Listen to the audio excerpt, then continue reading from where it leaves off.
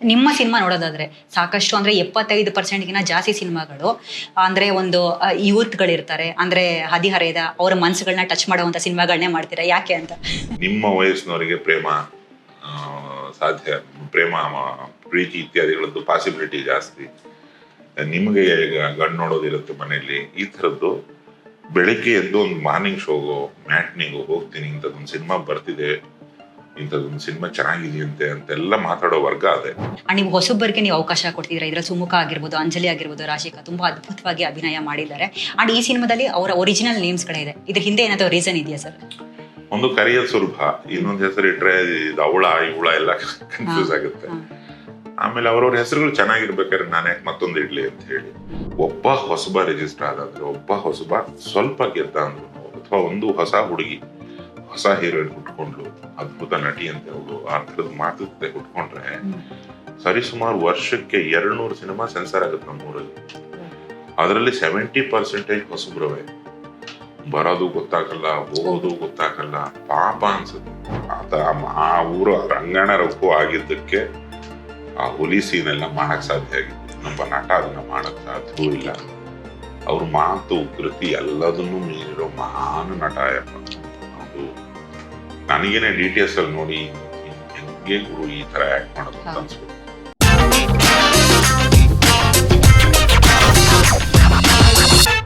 ಎಲ್ರಿಗೂ ನಮಸ್ಕಾರ, welcome to south talkies. ಇವತ್ತು ನಮ್ಮ ಸ್ಯಾಂಡಲ್ವುಡ್ನ ವಿಕಟ ಕವಿ ಜೊತೆಗೆ ನಾನಿದ್ದೀನಿ. ವಿಕಟ ಕವಿ ಅಂದ ತಕ್ಷಣ ನಿಮ್ಮೆಲ್ರಿಗೂ ಕೂಡ ಆಲ್ರೆಡಿ ಗೊತ್ತಿರುತ್ತೆ ನಾನು ಯಾರೊಟ್ಟಿಗೆ ಇದ್ದೀನಿ ಅಂತ.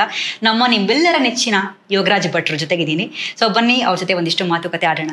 ಸರ್ ನಮಸ್ಕಾರ, ಹೇಗಿದ್ದೀರಾ? ನಮಸ್ತೆ, ಹೇಗಿದ್ದೀರಿ? ನಾನು ಚೆನ್ನಾಗಿದ್ದೀನಿ. ನೋಡಿದ್ರಿಗೆಲ್ಲ ನಮಸ್ಕಾರ. ಮೊದಲನೇದಾಗಿ ನಿಮ್ಗೆ ಇವೆಲ್ಲ ನಾನು ಏನು ಪ್ರಶ್ನೆಗಳನ್ನ ಕೇಳ್ತಿದ್ದೀನಿ, ಇದು ನನ್ನ ಪ್ರಶ್ನೆಗಳೆಲ್ಲ, ನಮ್ಮ ವೀಕ್ಷಕರಿಂದ ಬಂದಂತಹ ಪ್ರಶ್ನೆಗಳು. ಸೊ ಪ್ರೇಕ್ಷಕರನ್ನ ಮನದ ಕಡ್ನಲ್ಲಿ ತೇಲ್ಸಿದ್ದಾಯ್ತು, ಈಗ ನಿಮ್ಮ ಮನದ ಕಡ್ಲು ಹೇಗೆ ತೇಲ್ತಾ ಇದೆ?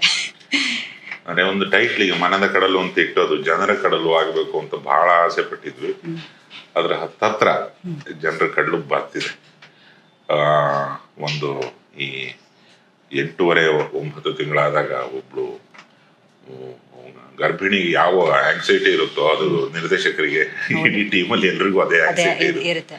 ಗಂಡು ಹುಟ್ಟುತ್ತೋ ಹೆಣ್ಣು ಹುಟ್ಟುತ್ತೋ, ತಲೆ ಸರಿಗಿದೆಯಲ್ಲೋ ಮಗುಗೆ, ಇದು ಎಲ್ಲರಿಗೂ ಇರುವಂತಹ ಆ ಥರದ್ದೆಲ್ಲ ಇರುತ್ತೆ.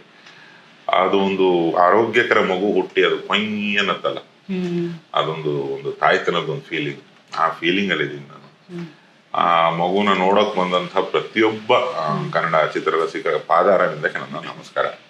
ಯಾಕಂದ್ರೆ ನಾವು ಏನೇ ಕಿಸ್ತು ದಬ್ಬ ಹಾಕಿ ಎಷ್ಟೇ ಚೆನ್ನಾಗಿ ಹೆಂಗೆ ಮಾಡಿ ಪ್ರಮೋಟ್ ಮಾಡಿದ್ರು ಕರೆಕ್ಟ್ ಇದು ನಮ್ಗೆ ಇಷ್ಟ ಆಯ್ತು ಅಂತ ಹೇಳಿ ನಮ್ಮ ಎಲ್ರಿಗೂ ಸಂಬಳ ಕೊಡೋನು ಅವನು ಪ್ರೇಕ್ಷಕ. ಈ ಇಂಟರ್ವ್ಯೂನು 4 ಸತಿ ನೋಡಂಗ್ ನೀವೇನೋ ಪ್ರಶ್ನೆ ಕೇಳಿ ನಾನ್ ಮಾಡಿದ್ರೇನೆ ನಿಮ್ಗಳಿಗೆಲ್ಲ ಸಂಬಳ ಅದನ್ನ ಕೊಡೋನು ಅವನು ಪ್ರೇಕ್ಷಕ. ಅವನ ಒಡನಾಟ, ಅವನ ಹಾರೈಕೆ ಇಲ್ಲದೆ ನಮ್ದು ಏನೂ ನಡೆಯೋದೇ ಇಲ್ಲ. ನಮ್ಮೆಲ್ಲ ಆಟ, ನಮ್ಮೆಲ್ಲ ಬೊಂಬಡಿ ನಂದು ನಿಮ್ದು ಅಷ್ಟೇ. ಅದು ಇದನ್ನೇ ಕೇಳಿ ಅವನೇನೋ ಬರ್ತಾನಲ್ಲ, ಅದು ಅವನದು ಸಿನಿಮಾ ಆಕ್ಚುಲಿ ನಾವು ಮಾಡೋದು ಅದ್ರ ಒರಿಜಿನಲ್ ಓನರ್ ಬಂದು ಅವನು ಪ್ರೇಕ್ಷಕ ಮಹಾಪ್ರಭು. ಅದಕ್ಕೆ ದೊಡ್ಡವರಿಂದ ಹಿಡಿದು ಇಲ್ಲಿವರೆಗೂ ಪ್ರೇಕ್ಷಕರನ್ನ ಎಷ್ಟು ಹಾಡಿ ಹೊಗಳ್ತೀವಿ, ಏನೇ ಮಾಡ್ತೀವಿ, ಆದ್ರೂ ಅವ್ನು ತುಂಬಾ ಹುಷಾರು. ಅವ್ನಿಗೆ ಏನ್ ಬೇಕೋ ಅದಕ್ಕೆ ಬರ್ತಾರೆ. ಇದಕ್ಕೆ ಬಂದಿದ್ದಾನೆ ಮನದ ಕಡಲಿಗೆ ಅನ್ನೋದು ನನ್ನ ಮತ್ತೆ ನನ್ನ ತಂಡದ ಪುಣ್ಯ.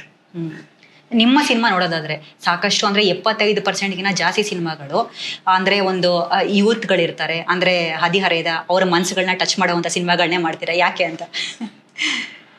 ಅವರು ಈಗ ಮೊಬೈಲು ಈಗ ನಿಮ್ಮ ಕೈಲಿ ಸಿಕ್ಕಿದ್ರೆ, ನಿಮ್ಮ ಹತ್ರ ಒಂದು ಟಿಕೆಟಿಂಗ್ ಆ್ಯಪ್ ಇರುತ್ತೆ, ನೀವು ಬುಕ್ ಮಾಡ್ಕೊಂಡು ಹೋಗ್ತಿರ್ತೀರಿ. ನಿಮ್ಮ ವಯಸ್ಸಿನವರಿಗೆ ಪ್ರೇಮ ಸಾಧ್ಯ, ಪ್ರೇಮ ಪ್ರೀತಿ ಇತ್ಯಾದಿಗಳದ್ದು ಪಾಸಿಬಿಲಿಟಿ ಜಾಸ್ತಿ. ನಿಮಗೆ ಗಂಡು ನೋಡೋದಿರುತ್ತೆ ಮನೆಯಲ್ಲಿ, ಈ ಥರದ್ದು ಬೆಳಿಗ್ಗೆ ಎದ್ದು ಒಂದು ಮಾರ್ನಿಂಗ್ ಶೋಗೋ ಮ್ಯಾಟ್ನಿಗೋ ಹೋಗ್ತೀನಿ, ಇಂಥದ್ದೊಂದು ಸಿನಿಮಾ ಬರ್ತಿದೆ, ಇಂಥದ್ದೊಂದು ಸಿನಿಮಾ ಚೆನ್ನಾಗಿದೆಯಂತೆ ಅಂತೆಲ್ಲ ಮಾತಾಡೋ ವರ್ಗ ಅದೇ. ನಿಮ್ಮಿಂದ ನಿಮ್ಮ ಅಣ್ಣ ಅತ್ತಿಗೆ ಗೊತ್ತಾಗುತ್ತೆ, ಇಲ್ಲ ಅಕ್ಕ ಭಾವ ಗೊತ್ತಾಗುತ್ತೆ, ನಿಮ್ಮ ತಂದೆ ತಾಯಿ ಗೊತ್ತಾಗುತ್ತೆ. ಅವರು ಆ ಮೊಬೈಲ್ ಹಿಡ್ಕೊಂಡಿರೋದಿಲ್ಲ, ಅವರು ಟೆಲಿವಿಷನ್ ಮುಂದೆ ಕೂತಿರ್ತಾರೆ, ಇಲ್ಲ ಪೇಪರ್ ಓದ್ತಿರ್ತಾರೆ. ಆಮೇಲೆ ನಿಮ್ಮ ವಯಸ್ಸಿನವ್ರ ಹಾರಾಟ ತುಂಬಾ ನೋಡ್ಬಿಟ್ಟಿರ್ತಾರೆ ಹಂಗಾಗಕ್ ಹೋಗಿ ಪ್ರತಿ ಸತಿ ನಾನು ಈ ವಯಸ್ಸಿನವ್ರು ಇದು ಮಾಡೋದು ಹೌದು. ಬಟ್ ಈ ಸತಿ ಸರ್ಪ್ರೈಸಿಂಗ್ಲಿ ಉಲ್ಟಾ ಬರ್ತಿದೆ. ತುಂಬಾ ಜನ ತಂದೆ ತಾಯಿ ಅಂದ್ರು ಬಿಗಿನಿಂಗೇ ಬಂದ್ಬಿಟ್ಟು ಈಗ ಅವರು ಮಕ್ಕಳನ್ನ ಕರ್ಕೊಂಡ್ ಬರ್ತೀವಿ ಅಂತಿದ್ದಾರೆ. ಇದು ನನಗೆ ಹೊಸ ಡೆವಲಪ್ಮೆಂಟ್ ಈ ಇದರಲ್ಲಿ. ಅದು ಮೇ ಬಿ ಅವನು ಕೊನೆಯರಿಲ್ವಾ ಅದ್ಭುತ ಫೀಲಿಂಗ್ ಬರುತ್ತೆ ಕ್ಲೈಮ್ಯಾಕ್ಸ್ ನೋಡಿದಾಗ. ಅವನು ದೊಡ್ಡವ್ರ ಬಗ್ಗೆ ಮಾತಾಡೋದು, ಹಿರಿಯರನ್ನ ಅವನು ಹೆಂಗ್ ನೋಡ್ತಿದ್ದ, ಇವಾಗ ಹೆಂಗ್ ನೋಡ್ತಿದ್ದಾನೆ, ಅವೆಲ್ಲ ಕೌಂಟ್ ಆಗಿದೆಯೇನೋ ನನ್ಗೆ ಗೊತ್ತಿಲ್ಲ. ಬಟ್ ಅದು ಯಾವತ್ತಿದ್ರು ನಾವು ಒಂದು ಫ್ರೆಶ್ ಹುಡುಗ ಹುಡುಗಿರ್ನ, ಅವರ ಪ್ರೇಮ, ಅವರ ಎಜುಕೇಶನ್, ಅವ್ರು ಏನ್ ತಿಳ್ಕೊಂಡ್ರು ಜೀವನದಲ್ಲಿ, ಈ ಥರದ್ದು ಏನೇ ಮಾಡಿದಾಗಲೂ ಆ ವರ್ಗಕ್ಕೆ ಹೆಚ್ಚು ಕನೆಕ್ಟ್ ಆಗುತ್ತೆ. ಒಂದು ಅವರೇ ಹಂಗಿರ್ತಾರೆ, ಇಲ್ಲ ಅವ್ರ ಸ್ನೇಹಿತರು ಹಂಗಿರ್ತಾರೆ, ಇಲ್ಲ ಒಂದು ಹುಡುಗಿಗೆ ನನ್ನ ಫ್ರೆಂಡ್ ಒಬ್ಳು ಹಿಂಗೆ ಇದ್ಲು ಅನ್ಸುತ್ತೆ, ನಾನು ಅವಳ ಥರನೇ ಆಡ್ತೀನಿ ಅಂತ ಅನ್ಸುತ್ತೆ. ಆ ರಿಲೇಟಿವಿಟಿ ಜಾಸ್ತಿ. ಅವರಿಗೆ ಹಾಸ್ಟೆಲ್ ಅಲ್ಲಿ ಮಾತಾಡ್ಕೊಳ್ಳೋದಕ್ಕೆಲ್ಲ ಒಂದಿಷ್ಟು ಡೈಲಾಗ್ಸ್ ಬೇಕು. ಆ ಹಾಡ್ ರಿಲೀಸ್ ಆದಾಗ ಮೊದಲು ಕಿವಿಗೆ ಏರ್ಕೊಂಡು ಇಟ್ಕೊಳ್ಳೋರು ಅವರೇ. ಸೊ ಈ ತರ ಇವಾಗ ಕಂಪ್ಯೂಟರ್ಸ್ ಎಷ್ಟು ಮುಂದೆ ಹೋಗಿ ಅದೆಲ್ಲ ಬಂದು ಪರದೆಗೂ 4 ಮೂಲೆ, ಮೊಬೈಲಿಗೂ 4 ಮೂಲೆ, ಇದೆಲ್ಲ ರೆವೆನ್ಯೂ ಮಾಡೆಲ್ಗಳು ರೀಚ್ ಆಗುವ ಜಾಗಗಳು. ಹಂಗಾಗಿ ಹೋಗಿ ಯಂಗ್ಸ್ಟರ್ಸ್ ಅನ್ನೋದು ತುಂಬಾ ದೊಡ್ಡ ಪದ. ಅದು ಅವ್ರನ್ನ ತಲುಪೋದಿದೆಯಲ್ಲ, ಅದು ದೊಡ್ಡ ಟಾಸ್ಕ್. ಅದು ನಿಮ್ಮ ಸಿನಿಮಾಗಳು ಅಂದ್ರೆ ವಿಶೇಷತೆ ಇದ್ದೇ ಇರುತ್ತೆ. ಅಂಡ್ ನೀವು ಹೊಸಬರಿಗೆ ನೀವು ಅವಕಾಶ ಕೊಡ್ತಿದ್ದೀರಾ. ಇದ್ರಲ್ಲಿ ಸುಮುಖ ಆಗಿರ್ಬೋದು, ಅಂಜಲಿ ಆಗಿರ್ಬೋದು, ರಾಶಿಕಾ ತುಂಬಾ ಅದ್ಭುತವಾಗಿ ಅಭಿನಯ ಮಾಡಿದ್ದಾರೆ. ಅಂಡ್ ಈ ಸಿನಿಮಾದಲ್ಲಿ ಅವರ ಒರಿಜಿನಲ್ ನೇಮ್ಸ್ಗಳಿದೆ. ಇದ್ರ ಹಿಂದೆ ಏನಾದ್ರು ರೀಸನ್ ಇದೆಯಾ ಸರ್? ಒಂದು ಕರಿಯಲ್ ಸುಲಭ, ಇನ್ನೊಂದು ಹೆಸರು ಇಟ್ರೆ ಇದು ಅವಳ ಇವಳ ಎಲ್ಲ ಕನ್ಫ್ಯೂಸ್ ಆಗುತ್ತೆ. ಆಮೇಲೆ ಅವ್ರವ್ರ ಹೆಸರುಗಳು ಚೆನ್ನಾಗಿರ್ಬೇಕಾದ್ರೆ ನಾನು ಯಾಕೆ ಮತ್ತೊಂದು ಇಡ್ಲಿ ಅಂತ ಹೇಳಿ ಅದನ್ನೇ ಬಳಸ್ಕೊಂಡೆ. ಅದೊಂದು ತುಂಬಾ ಸಿನಿಮಾಗಳಲ್ಲಿ ಮಾಡ್ತಾರ ಆ ಥರ. ಎರಡನೇದು ಹೊಸಬ್ರೆ ಯಾಕೆ ಅಂತಂದ್ರೆ, ಹೊಸಬ್ರೆ ಯಾಕೆ ಇವತ್ತು ನಿಲ್ಬೇಕು, ಗೆಲ್ಬೇಕು, ಬಾಳ್ಬೇಕು ಅಂತ ನಾನು ಒಂದು ವೈಯಕ್ತಿಕವಾಗಿ ಆಸೆ ಪಡೋದೇನಕ್ಕೆ ಅಂದ್ರೆ, ಎಲ್ಲಿ ನಾವು ಹೊಸಬ್ರಿಗೆ ಏನು ಹಾರೈಕೆನೂ ಕೊಡಲ್ಲ, ಯಾರು ಹೊಸಬ್ರಿಗೆ ಏನು ಸಪೋರ್ಟೇ ಮಾಡೋದಿಲ್ಲ ಅನ್ನೋ ಥರದ್ದು ಆದಾಗ ಅಲ್ಲಿ ಅದು ಆಲ್ಮೋಸ್ಟ್ ಮನೆ ಮಕ್ಕಳು ಬೆಳೆಯಕ್ ಬಿಟ್ಟಿಲ್ಲ ನಾವು ಅನ್ನೋ ಥರ ಆಗ್ಬಿಡುತ್ತದು. ಒಬ್ಬ ಹೊಸಬ ನಾಯಕ ನಟನೋ ಯಾರೋ ಕಮಿಡಿಯನ್ನೇ ಆಗಿರ್ಲಿ, ಒಬ್ಬ ಹೊಸಬ ರಿಜಿಸ್ಟರ್ ಆದಂದ್ರೆ, ಒಬ್ಬ ಹೊಸಬ ಸ್ವಲ್ಪ ಗೆದ್ದ ಅಂದ್ರು, ಅಥವಾ ಒಂದು ಹೊಸ ಹುಡುಗಿ ಹೊಸ ಹೀರೋಯಿನ್ ಹುಟ್ಕೊಂಡ್ಲು, ಅದ್ಭುತ ನಟಿ ಅಂತ ಹೇಳೋದು, ಆ ಥರದ ಮಾತುಕತೆ ಹುಟ್ಕೊಂಡ್ರೆ ಸರಿಸುಮಾರು ವರ್ಷಕ್ಕೆ 200 ಸಿನಿಮಾ ಸೆನ್ಸರ್ ಆಗುತ್ತೆ ನಮ್ಮೂರಲ್ಲಿ. ಅದರಲ್ಲಿ 70% ಹೊಸಬ್ರವೇ. ಬರೋದು ಗೊತ್ತಾಗಲ್ಲ, ಹೋಗೋದು ಗೊತ್ತಾಗಲ್ಲ, ಪಾಪ ಅನ್ಸುತ್ತೆ. ಎಲ್ಲಿಂದನೂ ಏನೇನೋ ಮಾಡಿ ಹೊಂದಿಸಿ, ದುಡ್ಡು ಹೊಂದಿಸಿ, ಮತ್ತೊಂದು ಮಾಡಿ ಕಲೆ ಎಬ್ಬಿಸ್ತೀವಿ, ಕಥೆ ಬರಿತೀವಿ, ಒಂದು ಹಾಡು ಮಾಡ್ತೀವಿ ಅಂತೆಲ್ಲ ಹೇಳಿ ಯಾರ್ಯಾರೋ ಉಟ್ಕೊಂಡಿರ್ತಾರೆ. ಯಾರ್ಯಾರಿಗೋ ಏನೇನೋ ಕನ್ಸು. ಅವಷ್ಟು ನನ್ಸಾಗೋದಕ್ಕೆ ಎಷ್ಟೋ ವರ್ಷ ಆಗ್ಬಿಡುತ್ತೆ. ಒಬ್ಬ ಹೊಸಬ ಗೆದ್ರೆ, ಒಂದು ಹೊಸ ಟೀಮ್ ಪರದೆಯಲ್ಲಿ ಬರೋದು ಒಂದಿಷ್ಟು ಜನ ಸ್ವಲ್ಪ ಮಟ್ಟಿಗೆ ಮಿನುಗಿದ್ರು ಎಷ್ಟೋ ಜನಕ್ಕೆ ಒಂದು ಆಶಾಭಾವನೆ ಬರುತ್ತೆ, ಒಂದು ಹೋಪ್ ಬರುತ್ತೆ. ಆ ನಿಟ್ಟಲ್ಲಿ ನಾನು ಮಾತಾಡೋದಾದ್ರೆ, ಇವಾಗ ಏನ್ ಕನ್ನಡ ಜನ ಇಷ್ಟೊಂದು ಸಪೋರ್ಟ್ ಮಾಡಿದ್ದಾರೆ, ಆಮೇಲೆ ಮಾಧ್ಯಮದವರು, ಮೀಡಿಯಾದವರೆಲ್ಲ ನೀವೆಲ್ಲ ಸೇರ್ಕೊಂಡು ರಿಲೀಸ್ ಆದ್ಮೇಲೆ ಒಂದು ಪ್ರೀತಿಯಿಂದ ಹುಡ್ಕೊಂಡು ಬಂದು ಸಿನಿಮಾ ನೋಡಿದೀವಿ, ನಾವು ಮಾಡ್ತೀವಿ ಅಂತ ಹೇಳ್ತಿದ್ದೀರಲ್ಲ, ಇದು ಖುಷಿ ಕೊಡೋ ಸಮಾಚಾರ. ಈ ನಿಟ್ಟಿಗಾದ್ರೂ ಒಂದು ವರ್ಷಕ್ಕೆ 4 ಜನ ಹೊಸಬ್ರನ್ನ ಈ ತರ ಜನ ಹಾರೈಸಿ ಬಂದ್ರಪ್ಪ ಅಂತ ಹೇಳಿ ಮನೆ ಮಕ್ಳ ತರ ಕೂರಿಸ್ಕೊಂಡು ಒಂದು ಅರ್ಧ ಲೋಟ ನೀರು ಕೊಟ್ರು ಇನ್ನು ಉಳಿದ ಎಲ್ಲಾ ಹೊಸಬ್ರಿಗೂ ಒಂದು ಚೈತನ್ಯ ಬರುತ್ತೆ. ಅದಕ್ಕೋಸ್ಕರ ನಾನು ಎಲ್ಲರನ್ನೂ ಕೇಳ್ಕೊಳ್ಳೋದು, ಆ ಪರದೆಯಲ್ಲಿ ಬಂದಂತ ನವ ಪ್ರತಿಭೆಗಳಿಗೆ ಒಂದು ಚಿಕ್ಕ ಮತ್ತೊಂದು ಹೂ ಮುತ್ತಾದ್ರೂ ಕೊಡ್ರಿ, ಎಷ್ಟೋ ನೆಮ್ಮದಿ ಸಿಗುತ್ತದೆ. ನನಗೆ ತುಂಬಾ ಖುಷಿ ಅದು. ಹೊಸಬ್ರನ್ನ ತುಂಬಾ ಗುದ್ದಾಡ್ತೀನಿ ಹೊಸಬ್ರ ಜೊತೆ. ಅದು ಅನಿಸ್ಬಾರ್ದಲ್ವಾ ಪಾಪ, ಅವು ಏನೆಲ್ಲಾ ಧಾರೆ ಎರೆದು ಮಾಡಿರ್ತಾರ್ರಿ ಹೊಸಬ್ರು. ಅವರಿಗೆ ಅದು 200 ಸಿನಿಮಾಗಳ ಮೇಲೆ ಅವು ಏನ್ ಮಾಡೋದು, ತುಂಬಾ ಚೆನ್ನಾಗಿರೋ ಸಿನಿಮಾಗಳಿರ್ತಾವ ಅದರಲ್ಲಿ. ಇವತ್ತು ಮಾರ್ಕೆಟಿಂಗ್ ವಿಷಯಕ್ಕೆ ತೊಂದರೆ ಆಗುತ್ತೆ, ವಾರಕ್ಕೆ 10 ರಿಂದ 15 ಸಿನಿಮಾಗಳಿಗೊಂದು ತೊಂದರೆ ಆಗುತ್ತೆ. ಎಲ್ಲರಿಗೂ ಏನೋ ಒಂದು ಸಣ್ಣ ಮಾರ್ಗ ಸಿಕ್ಕಾಗುತ್ತೆ ಈ ಒಂದು ಸಿನಿಮಾ ಗೆದ್ಬಿಟ್ರೆ. ನಂದು ಒಬ್ಬಂದೇ ಅಲ್ಲ, 4-6 ಸಿನಿಮಾಗಳು ಆ ಥರ ಹೊಸಬ್ರು ಗೆಲ್ಬೇಕು. ಈ ಅಕ್ಕಪಕ್ಕದ ರಾಜ್ಯದಲ್ಲೆಲ್ಲ ಚೆನ್ನಾಗಿ ರೊಟೇಷನ್ ಆಗುತ್ತೆ. ಒಬ್ಬ ದೊಡ್ಡ ಸ್ಟಾರ್ ಅದ್ ಬಂದ್ರೆ ಫಿಲ್ ಮಾಡೋದಕ್ಕೆ 4-6 ಜನ ಅಚ್ಚುಕಟ್ಟಾದ ಸಿನಿಮಾಗಳು ತರ್ತಾರೆ. ಆ ವಾತಾವರಣ ಇಲ್ಲಿಗೂ ಬಂದ್ರೆ ಎಷ್ಟೋ ನೆಮ್ಮದಿ, ಎಷ್ಟೋ ಸುಖ, ಶಾಂತಿ. ಯಾಕಂದ್ರೆ ಎಷ್ಟೋ ತಂಡಗಳು ನನ್ಗೆ ವೈಯಕ್ತಿಕವಾಗಿ ಪರಿಚಯ, ಹಾಡು ಬರೆದಿರ್ತೀನಿ, ಒಡನಾಡಿರ್ತೀನಿ, ಸಜೆಷನ್ಸ್ ಕೊಟ್ಟಿರ್ತೀನಿ, ಜೊತೆಗೆ ಹೆಂಗೋ ಕೆಲಸ ಮಾಡಿರ್ತಾರೆ. ಯಾರ್ಯಾರೋ ಸಿನಿಮಾ ಮಾಡ್ತಾನೆ ಇರ್ತಾರೆ. ಮುಂಚೆ ಆದ್ರೆ ಅದು ಏನೋ ಒಂದು ಆಗ್ತಿತ್ತು, ಏನೋ ಒಂದು ರಿಜಿಸ್ಟ್ರೇಷನ್ ಬರೋದು, ನೀವು ರಿಜಿಸ್ಟರ್ ಮಾಡ್ಕೊಳ್ಳೋದಕ್ಕೆ ರಿಲೀಸ್ ಆಗಬೇಕು. ರಿಲೀಸ್ ಮಾಡೋದೇ ದೊಡ್ಡ ಕತೆ ಆಗಿ ಕೂತ್ಕೊಂಡ್ಬಿಟ್ಟಿದೆ. 2 ವರ್ಷ ಆಯ್ತು ಸುಮಾರು ಸಿನಿಮಾಗಳು ರಿಲೀಸಿಗೆ ಕಾಯ್ತಿದ್ದಾವೆ. ಅವು ಜನರು ಹೊರಗೆ ಹೋಗ್ಬೇಕು ಅಂದ್ರೆ ಒಂಚೂರಿ ನಟ್ಟು ಬೋಲ್ಟ್ ಟೈಟ್ ಆದಾಗ ಕೊಬ್ಬರಿನೇ ಬಿಟ್ಟು ಒಂದ್ ಸುತ್ತು ತಿರುಗಿದ್ರೆ ಸಾಕು ಅಂತಾರಲ್ಲ, ಆ ಒಂದು ಸುತ್ತು ಈ ಸಿನಿಮಾ ಆಗಿದೆ ಅನ್ನೋದು ನನ್ನ ಒಂದು ಆಶೆ. ಭಟ್ರ ದೊಡ್ಡ ಗುಣ ಅಂದ್ರೆ ಇದೆ ಆಕ್ಚುಲಿ. ಬಿಕಾಸ್ ಏನಕ್ಕೆ ನೀವು ಸಾಕಷ್ಟು ಜನಕ್ಕೆ ನೀವು ಅವಕಾಶವನ್ನ ಕೊಟ್ಟಿದ್ದೀರಾ. ನಿಮ್ಮ ಸಿನಿಮಾಗಳನ್ನ ನೋಡ್ತಾ ಬಂದ್ರೆ ಆ ಪ್ರೀತಿ ದೊಡ್ಡದು ಅಂತ ಹೇಳ್ತಾ ಬಂದ್ರೆ, ಈ ಸಿನಿಮಾದಲ್ಲಿ ಪ್ರೀತಿಗಿಂತ ಜೀವನ ದೊಡ್ಡದು ಅಂತ ನಮಗ್ ತಿಳಿಯುತ್ತೆ. ಏನೋ ಭಟ್ರ ಅಪ್ಡೇಟ್ ಆಗಿದ್ದಾರೆ ಹೆಂಗೆ? ನನಗೆ ವಯಸ್ಸು ಸ್ಟಕ್ ಆಗ್ಬಿಟ್ಟಿದೆ. ಬದುಕು ಯಾವತ್ತಿದ್ರು ದೊಡ್ಡದೆ.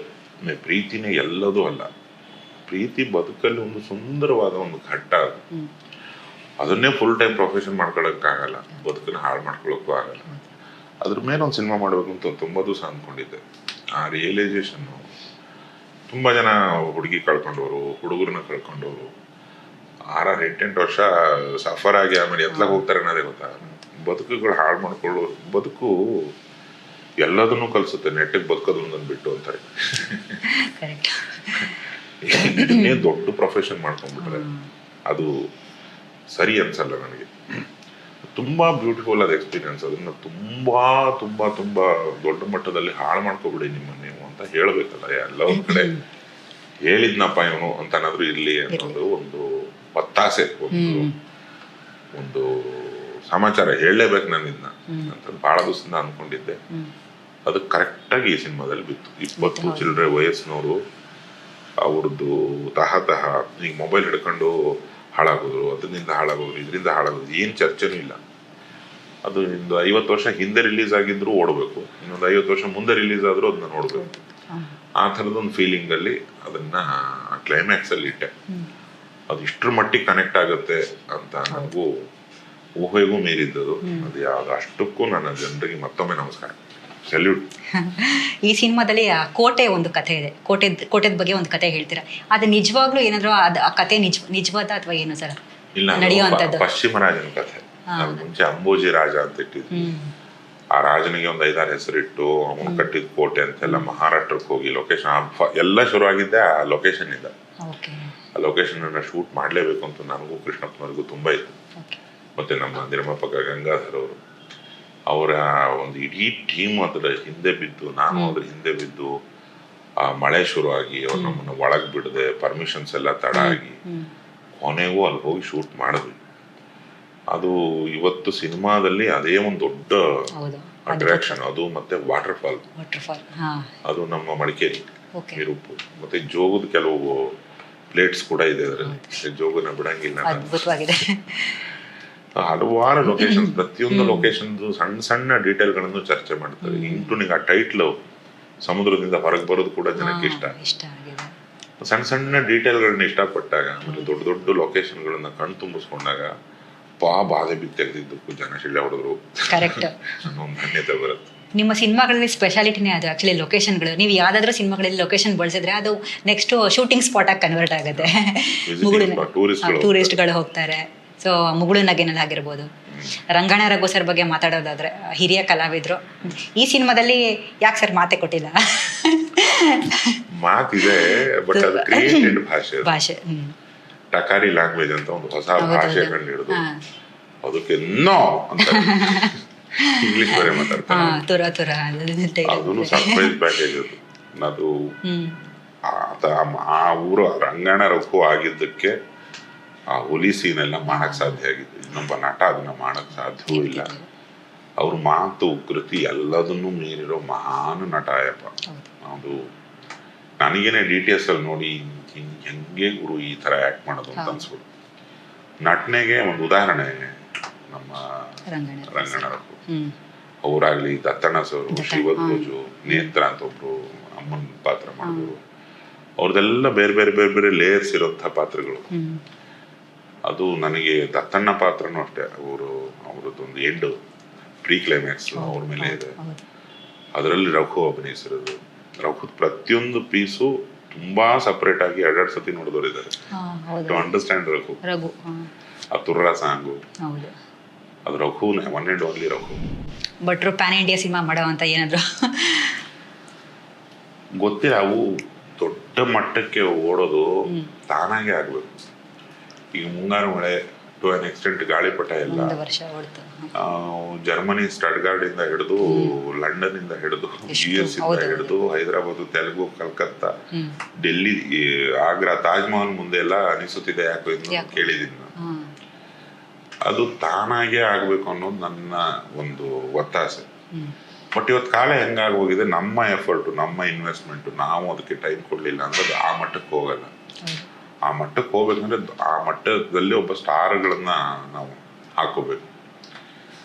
ಅದು ತಗೊಳುತ್ತೆ, ಅದರದ್ದೇ ಆದ ಶ್ರಮ ಇದೆ. ಒಬ್ಬ ಸ್ಟಾರ್ ಅಂದ್ರೆ ಅವ್ನು ತುಂಬಾ ಕಷ್ಟಪಟ್ಟು ಮೇಲೆ ಹೋಗಿರ್ತಾನೆ. ಆ ಸ್ಟಾರ್ನ ಹಾಕೊಂಡು ಆ ಮಟ್ಟದ ಸಿನಿಮಾಗಳು ನಡೀತಿದ್ದಾವೆ ಇವಾಗ ಕರ್ನಾಟಕದಲ್ಲೇ. ದೇಶದ ಬೆಸ್ಟ್ ಸಿನಿಮಾಗಳು ನಡೀತಿದ್ದಾವೆ. ಆ ವಿಷಯಕ್ಕೆ ನನ್ಗೆ ತುಂಬಾ ಖುಷಿ ಇದೆ.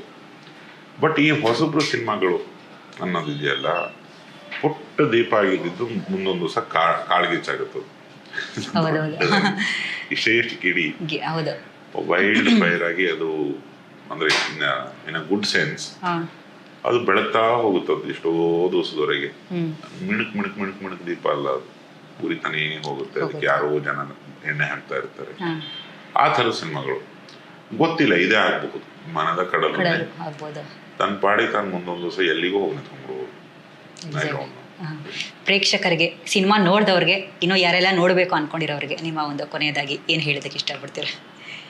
ಒಂದು ಅದ್ಭುತ ಪ್ರತಿಕ್ರಿಯೆ ಕೊಟ್ಟಿದ್ದಕ್ಕೆ ಮೊದಲಿಗೆ ಧನ್ಯವಾದ. ಥಿಯೇಟರ್ ಕಡೆ ಬಂದವರಿಗೆಲ್ಲ ನನ್ನ ದೇವಿ ತಂಡ ನಮಸ್ಕಾರ. ಹಾಗೆ ಮುಂದೆ ಬರೋರು, ನೀವು ಹೊಸಬ್ರನ್ನ ಎಲ್ಲಿವರೆಗೆ ಬ್ಲೆಸ್ ಮಾಡ್ತಾನೆ ಇರ್ತೀರೋ ಅಲ್ಲಿವರೆಗೆ ಅದು ಈ ಮನೆ ಚೆನ್ನಾಗಿರುತ್ತೆ, ಕನ್ನಡದ ಮನೆ. ಹೊಸಬ್ರೆ ಇವತ್ತಿನ ಹೊಸಬನೇ ನಾಳೆಯ ಹಳಬ, ಇವತ್ತಿನ ಹೊಸಬನೇ ನಾಳೆಯ ಸ್ಟಾರ್. ಆ 3 ಜನರ ಅಭಿನಯ ಮತ್ತು ಅವ್ರನ್ನ ತುಂಬಾ ಮುದ್ದು ಮಾಡಿದ್ದೀರಿ. ಅದನ್ನ ತುಂಬಾ ನಿರೀಕ್ಷೆ ಮಾಡಿದ್ದೆ. ಜನ ಈಗ ನಾವು ಕೂತ್ಕೊಂಡು ನಾವು ಮಾತಾಡೋದು, ಇದೇ ಚಾನಲ್ಗೆ ಇನ್ನೊಂದು 10 ಇಂಟರ್ವ್ಯೂ ಕೊಡ್ಬೋದು ನಾನು.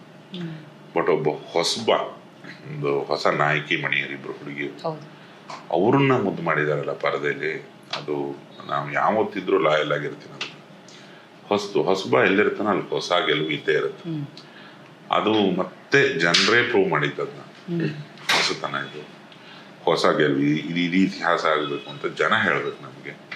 ಆ ಹೊಸಬ್ರನ್ನ ಸದಾ ಕಾಲ ಕೈ ಹಿಡಿದು ಕಾಪಾಡಿ, ಇನ್ನಷ್ಟು ಜನ ಹೊಸಬರಿಗೆ ಒಳಗಡೆ ಬರೋದಕ್ಕೆ ಅವಕಾಶ ಮಾಡಿಕೊಡಿ. ಅದೇ ಥರ ದೊಡ್ಡ ದೊಡ್ಡ ಸ್ಟಾರ್ ಸಿನಿಮಾಗಳಿಗೂ ಸಪೋರ್ಟ್ ಮಾಡಿ, ಒಟ್ಟು ಕನ್ನಡನ ತುಂಬ ಉನ್ನತ ಮಟ್ಟಕ್ಕೆ ಬೆಳೆಸಿ ಅಂತ ಪ್ರತಿಯೊಬ್ಬ ಕನ್ನಡ ಪ್ರೇಕ್ಷಕರಿಗೆ ಕೇಳ್ಕೊತೀವಿ. ಮೊದಲನೇದಾಗಿ ತಮಗೆ ತುಂಬ ಥ್ಯಾಂಕ್ಸ್ ನಿಮ್ಮ ಟೈಮ್ ಕೊಟ್ಟಿದ್ದಕ್ಕೆ. ಆ್ಯಂಡ್ ಇದೇ ರೀತಿ ಮತ್ತಷ್ಟು ಸಿನಿಮಾಗಳನ್ನ ನಿಮ್ಮಿಂದ ನಿರೀಕ್ಷೆ ಮಾಡ್ತಾನೆ ಇರ್ತೀವಿ. Thank you so much. ನಮಸ್ಕಾರ. ನೋಡೋದ್ರಿಗೆ